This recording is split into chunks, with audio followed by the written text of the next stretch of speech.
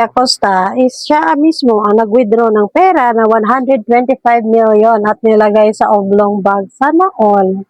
Sana all may oblong bag na may 125 million pesos.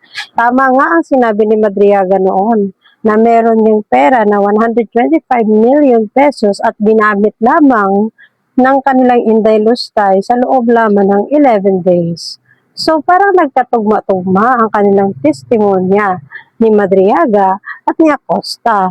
Pero dahil DDS ka, ipipikit mo na naman ang iyong mga mata.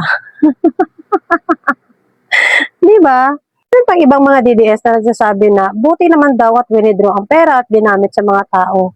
Dahil daw binili ng mga gamot, binili ng pagkain, ginamit sa Christmas party, nag-tree planting.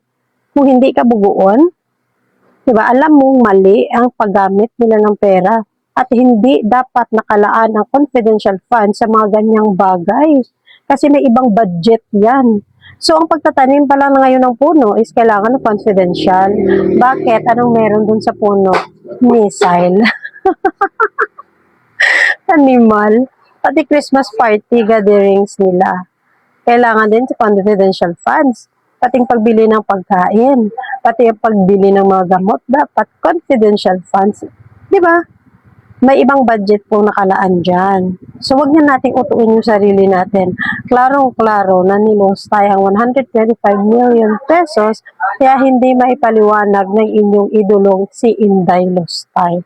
Napaka-simple, napaka-basic, pero dahil ikaw ay DDS, hindi mo pa rin mag-gets.